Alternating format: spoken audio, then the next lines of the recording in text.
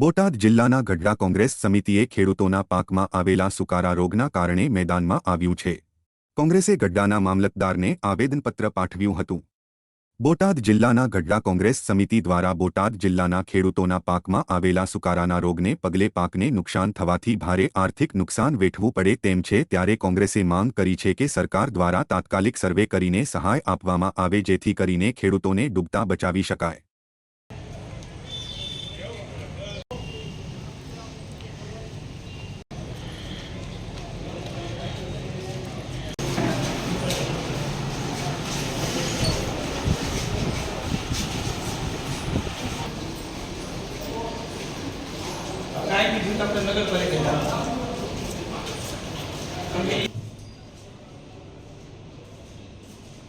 કિશોર વેલાણી, ગઢડા શહેર કોંગ્રેસ પ્રમુખ। આજે આવેદનપત્ર આપવામાં આવ્યું છે કારણ કે ગઢડા શહેર અને તાલુકાની અંદર જે છેલ્લા દિવસોની અંદર જે વરસાદ આવ્યો, વરસાદની સાથોસાથ એટલો પવન આવ્યો કે જે કપાસનો પાક હતો તેને મોટા પ્રમાણમાં નુકસાન થયું અને કપાની અંદર મૂળિયાને એવું તૂટી જવાથી અત્યારે કપાની અંદર સુકારો આવ્યો છે। તો ખેડૂતોએ જ્યારે વાવણી થઈ ત્યારથી અત્યાર સુધીની અંદર મોંઘા ભાવના બિયારણો, મોંઘા ભાવની દવાઓ, મોંઘા ભાવના ખાતરો નાખી અને ખેડૂતોએ ખૂબ ખર્ચ કર્યો હોય અને આ તકે જ્યારે કપાસની અંદર સુકારો આવે ત્યારે ખેડૂતના મોતિયા મરી જતા હોય અને ખેડૂત પાયમાલ થઈ જતો હોય, ત્યારે આજે અમે આવેદનપત્ર આપી અને અહીંયા રજૂઆત કરવામાં આવી છે કે જે ખેડૂતોને નુકસાન થયું છે તેનો સરકાર દ્વારા તાત્કાલિક સર્વે કરવામાં આવે અને જે ખેડૂતોને નુકસાન થયું છે તેને તાત્કાલિક વળતર આપવામાં આવે। ભાનુભાઈ જે આહિર, બોટાદ ઉપરનું કોંગ્રેસ।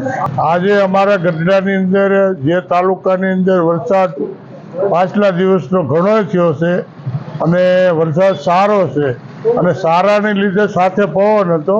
પવન સતત 3 દિવસ વાયો, એની લીધે ટોટલ ખેડૂત અત્યારે બેમાલ થઈને અને દેકારો કરે છે। આ સરકાર આજે મામલતદાર સાહેબને અમે જે લેખિત પત્રક આપ્યું છે એમાં એ જણાવેલું છે કે ભાઈ વહેલી તકે બને એટલું વહેલું સર્વે ચાલુ કરો અને થોડુંક ધ્યાન દો ખેડૂત માટે, કે ખેડૂત આવતા સમયની અંદર દુઃખી ન થાય।